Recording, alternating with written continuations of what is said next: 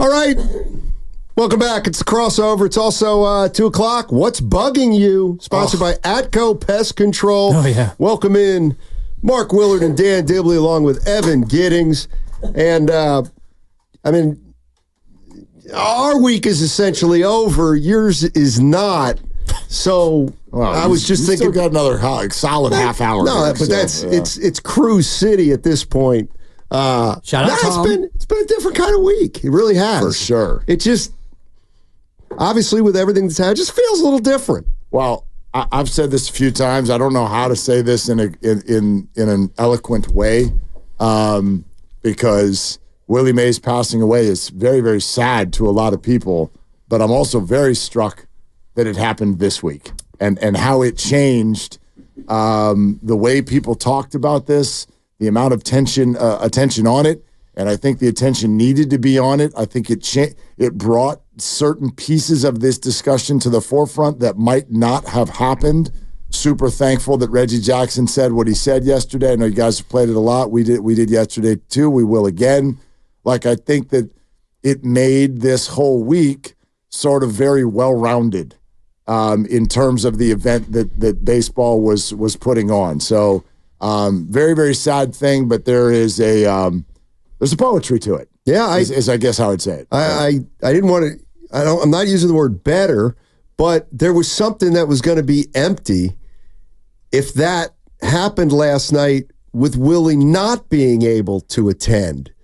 And what his son said was just incredible. Like, now he gets to see it. It's the only way he could see it. Yeah, so it was, it's easy to be cynical, but that was really cool. All that stuff. Reggie Jackson was my favorite player growing up.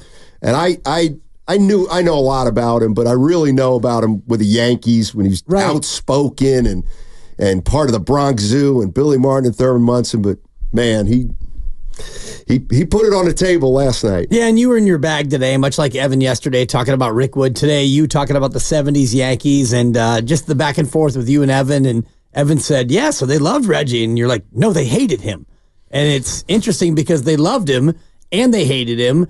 And then they loved him again, and then they hated him more. And then it was really Billy versus Reggie. And you told a great story about when he got pulled off the field mid-inning, and you could see Reggie, like, completely incredulous coming off the field, and Billy, like, meeting him on the top step. Yeah. And we talk about the Kapler and Littell moment where Littell slammed the ball into Kapler's hand, and Kapler, like, meet me in the tunnel. DFA. This was, like, 17,000 layers above it because you're talking about a Hall of Famer and one of the biggest red asses in managerial history, a guy who got fired by the Yankees, 5 times? 17 times. Something like that. And so that moment is definitely etched in my mind as a young baseball fan. Speaking of red ass, like I want to say this right out of the gate because I didn't say it yesterday, and I want to say it today because this is a great reminder for me. I wonder if anybody else sort of felt the same way.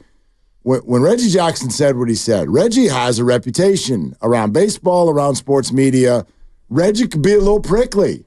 Reggie is not the warmest, fuzziest guy.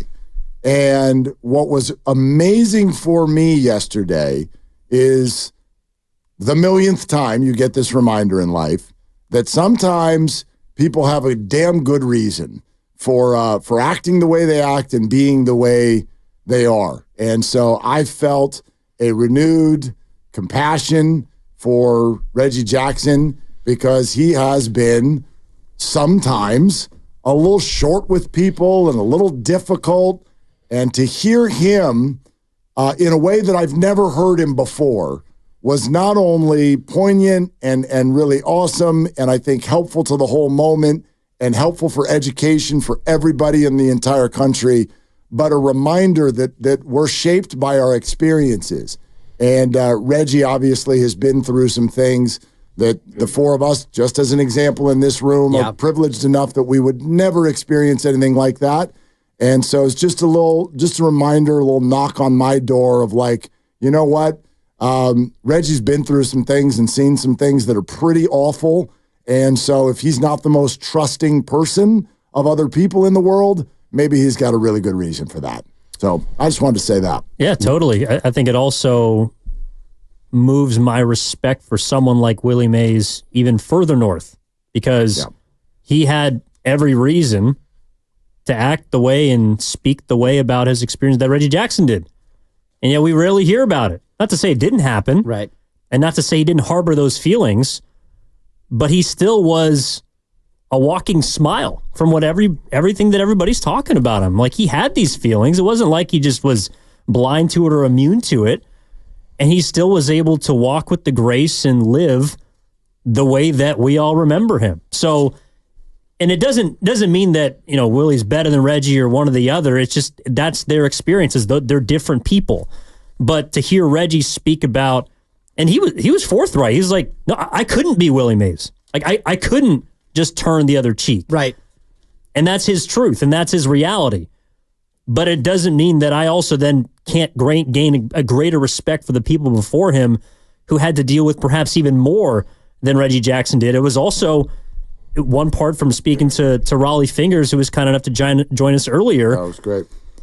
It didn't feel like Reggie ever let them in or let them know what he was feeling. And so clearly he's been harboring this for a long time. And so I just hope that, number one, it was powerful. I mean, it's so striking. But secondly, also just hope it gives him a little more peace to be able to let the entire world know what he's been experiencing since he was in his early 20s. And the word you used is grace, and that's kind of what I'm taking away from all this, is just being able to give people, all people, but certainly people who've gone through what Reggie did, and people who we know and who we work with who go through a lot more than any of us ever would have to. And Mark talked about the word privilege, and he's right. And there are things that the four of us will never have to face in any circumstance, let alone the circumstances that Willie had to go through. But the word is grace, and being able to understand where everyone comes from and what everyone's gone through, and maybe be a little bit more tolerant over everyone and what people are going through.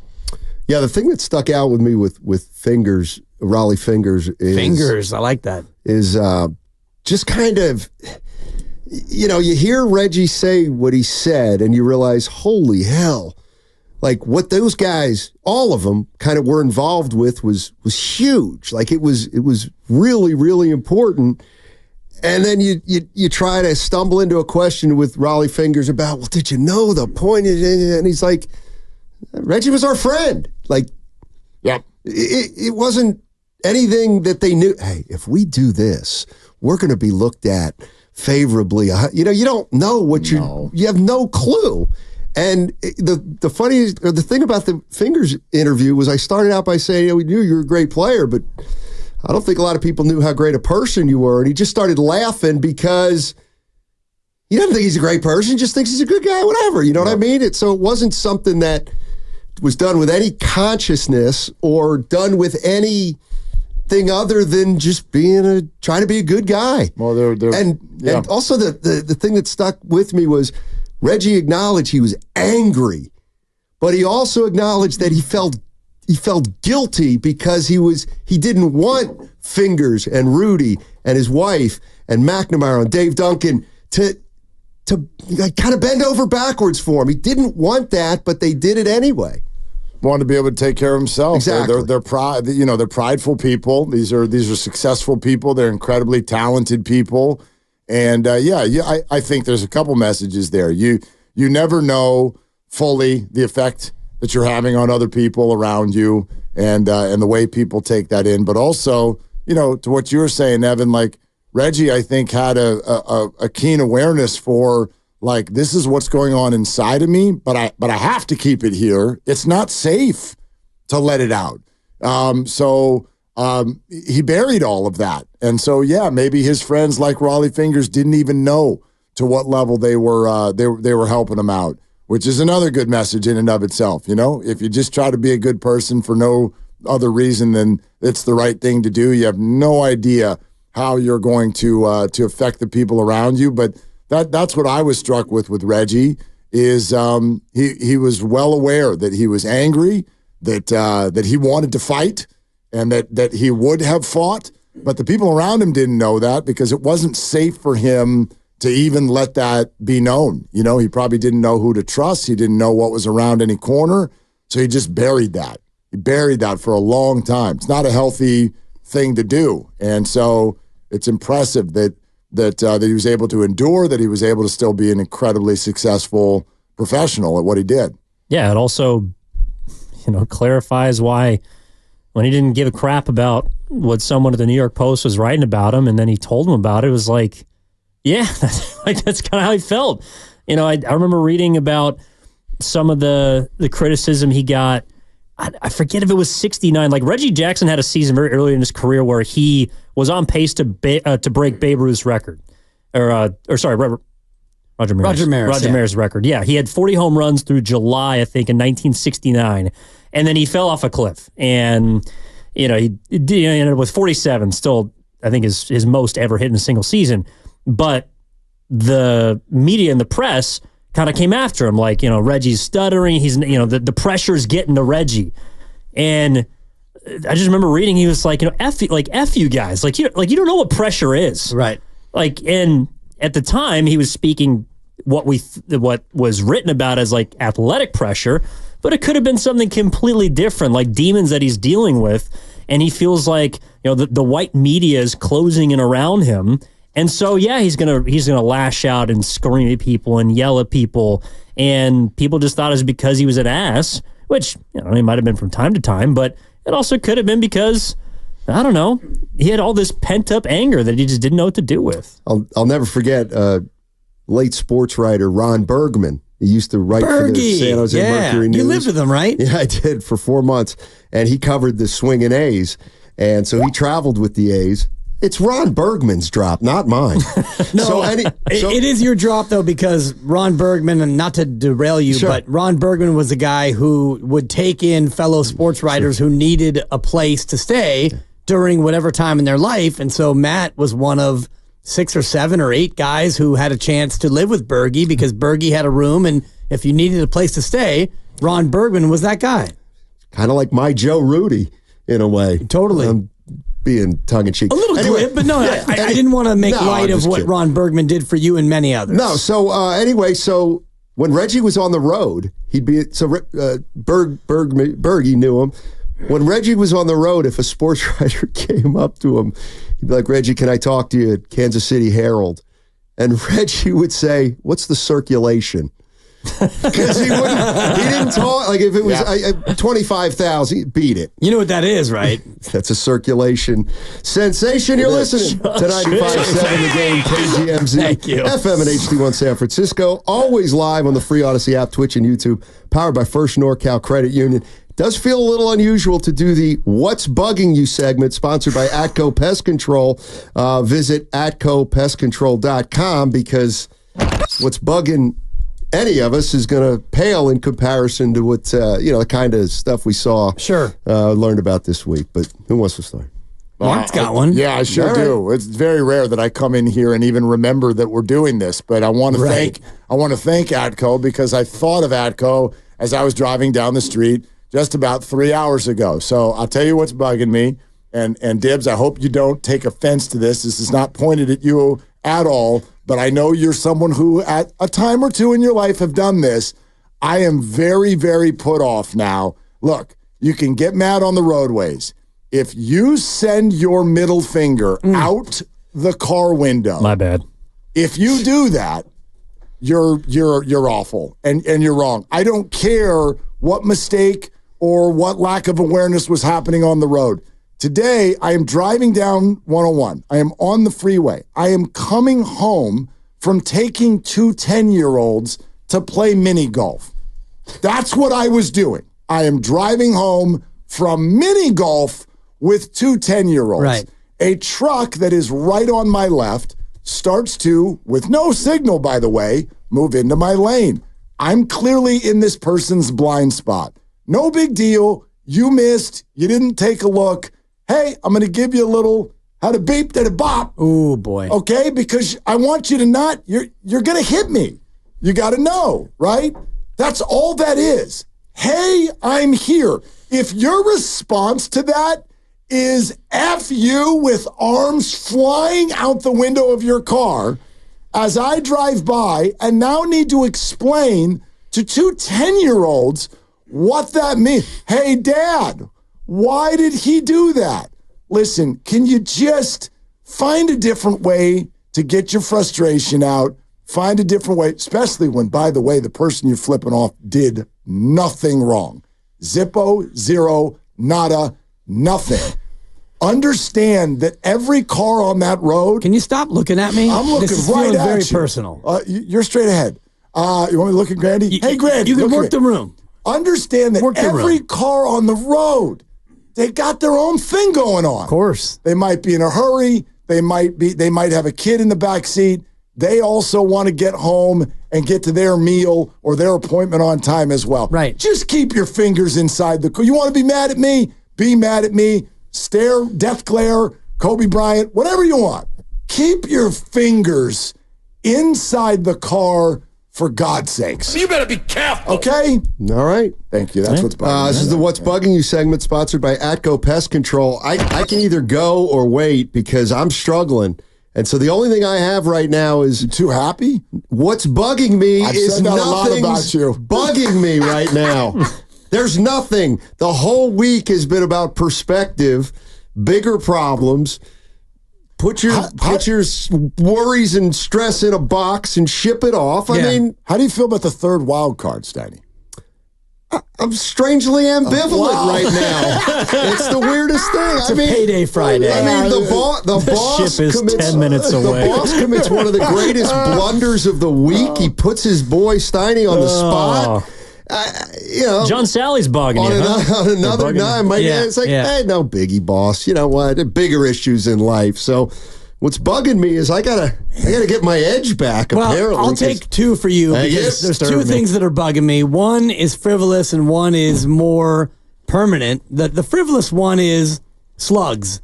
So I take my shoes off in the garage every night because you don't want to track mud in. Gross. And so I go back to put my shoes on in the morning. And I've got... No way. Oh, yeah. Oh, gross. They're not in there, but they've clearly been in my shoe. They've been on my shoe. They're all up in my business. So I have two choices. Deal with it and wipe off the trail, or to start to, like, set out a salt trap and, like, to try to hunt these people down.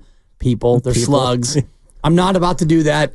That's what's bugging me. But the real thing that's bugging me... Can I jump in there real quick? Jump on in, Steiny. If there's a slug in my shoe and the trail is there, night-night. Oh, no, the shoes are getting thrown There's away. no wipe off. There's no such thing as wipe. We're walking to Foot Locker It's a and we're slug. getting new shoes. Yeah, I'm out on that. I go to put my shoes on. I got a couple of nice Hokas on, my pair of Hokas, and I go to put my Hokas on because they're kind of my garden shoes, and I go to put them on, and it's like... They've been all up in my business. Oh, my God. It's bugging me. But what's really bugging me is, and it's not your fault, Evan, that you are a young man, but I'm an older guy. And if I go back 20 years, the Kendrick Lamar concert on Juneteenth at the Forum, it would have been top of mind. It would have been something that I might have called in sick just to watch it. I would have been dialed in on every little bit of it. But being an older guy, I still love hip hop. And I still try to keep up with what's going on. But thanks to Evan, I'm now 2 days late to even try to catch up to this concert, which will go down as maybe the greatest concert in the history of America. This is Elton John at Wembley. This is the Beatles. World? This is whatever you want to compare it to. We are the world. This, and I'm only about a fourth of the way through it. Yeah. This concert Gets with better. Kendrick Lamar on Juneteenth at the Forum in Inglewood with friends. Forget the diss track, which that portion of it I've already seen, which is the Not Like Us was pretty great. He does it 5 times just for effect. Russell Westbrook, Dr. Dre. I don't even know who DeMar else shows up. DeRozan's out there. So many people, Evan. The thing that's bugging me is that I am an old guy. And, you know, back in the day when I was your age, these are things that I was really like all about. And now I'm 2 to 3 days late. And it sucks. And so getting old is bugging me. Well, what's bugging me, and this is actually something we can share, because what's bugging me is the young people. And what I mean by that, I swear to God. I swear to God. What's happening? What happened? Finally. And you're 31? 29. So, Same thing. But what Round happened up. earlier this week is a great American Oregon institution closed. The Ram Restaurant and Brewery is right across the street from Willamette University. The local watering hole shut down after 52 years of working and operating as the place for degenerates like myself for 4 years. in the city of Salem, Oregon, capital of Oregon. Why I'm mad at the young people is because there's no way in hell this place should be closing if we're showing up in droves. This place was kept alive by people like myself for the better part of a half decade, and I'm pissed at every single Bearcat that is walking the campus at Willamette University because we need more people to drink, and not drive, but drink at the Ram. And apparently, not many people are ordering armadillo eggs. Not many people are showing up for the stupendous chicken tenders and wings, and are not showing up for $3.50 pints of Big Red Ale. It's craft beer for $4. Wow. That's a 20-year-old price, Is that what happened when you were there? On Pint Night every single Thursday, Ram Jam is where it's at. Still to this day, because, we went there like 2 years ago. Yeah, no, the Ram is officially closed, and what's bugging me are the people that couldn't keep it open. That's tough. Yeah. We do need more underage drinking in this country. We do. Dude, it's the easiest place in the world. Father of three, all underage drinkers. I used somebody's fake who had a beer every blonde hair and blue eyes. I'm like, what are you talking about? Anyway, I'm sorry. That sucks when the old place closes. Yeah, it's a tough one. I hate that. It's a tough one. By the way, it's conveniently right next to the hospital. I mean, since that is poetic. Sort of God. I mean, post-COVID, I don't think you can go anywhere. You said you were last there 2 years ago? Yeah. Yeah. 2 years, might as well be 20 now. Right. Anywhere you go, half the places are closed. Yeah. It stinks. It stinks. Anyways, long run. Good Sorry run. to hear, buddy. Yeah, good run. 52 years. Yeah, meanwhile, Rickwood Field is out working on 115, which is pretty crazy. They got to figure out a way to incorporate this, I think, more than just annually. He's right. Yeah. I do think they should bring back the original dimensions and make center field like whatever it was, like 470 or it's 440 to right. Right. That thing was a bandbox last night. I mean, it was to right field. We were watching Brendan Donovan. We played a couple of taped interviews, and so Mark and I are out there watching, and Ramos comes up, and he hits a fly ball to right, and Mark goes, "That's supposed to be a 3-run homer. Come on, Elliot." And all of a sudden, gone. It's a 3-run homer. Attaboy. Look at that. Where'd it go, Elliot? You could tell by his reaction. He thought he popped out to middle of right field. And if it was at Oracle Park, he would have. But this is real. This is nail biting time for Giant fans. They got to be careful right here. They got to be careful. They're pitching. They're banged up. I don't disagree. They got to hang in there. They can't be coming home losing 2 or 3 when they play the Cubs. Hey, trust me. It's an important time. You don't sound genuine right now. You don't. Your jacket's on. You're standing up. You're not bugged by anything. I haven't heard the G word yet. Gone? Gents. Oh. All right, gents. Still got a minute. Still got a minute or two. That is one thing we're going to talk about, though, is the pitching, because how long can you wait for the cavalry? By the time the cavalry comes, your little wagon train might be completely overrun. What's the other option? What you know what I mean? Like, that's what do you want them to do? Mason Black.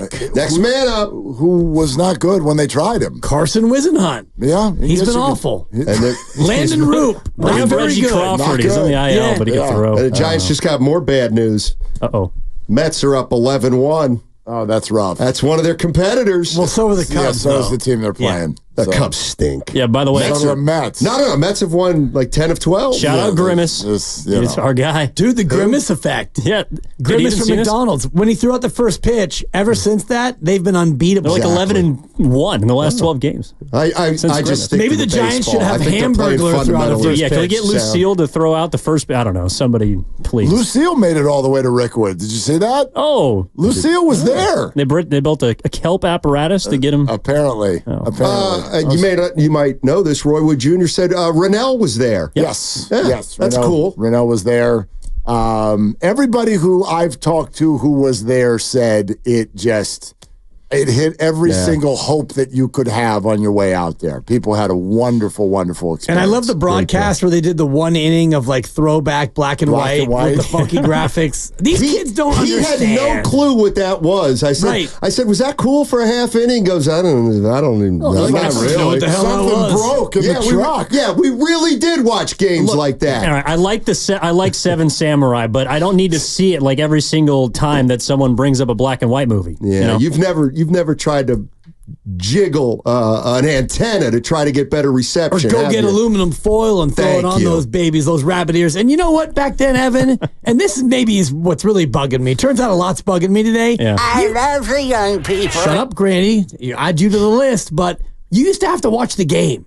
Now, like, you can glance over, oh, it's 11-1 in the ninth. You used to have to keep score to know what was going on. You know what? There are no Steiny's got my graphics. MLB TV package, so you're welcome. And, you know, when I watch games on the MLB package that is Evans, and then I come in and talk about it, I like to talk about it on 95.7, the game. That one was Become my telegraphed. favorite I know. bit. It was telegraphed.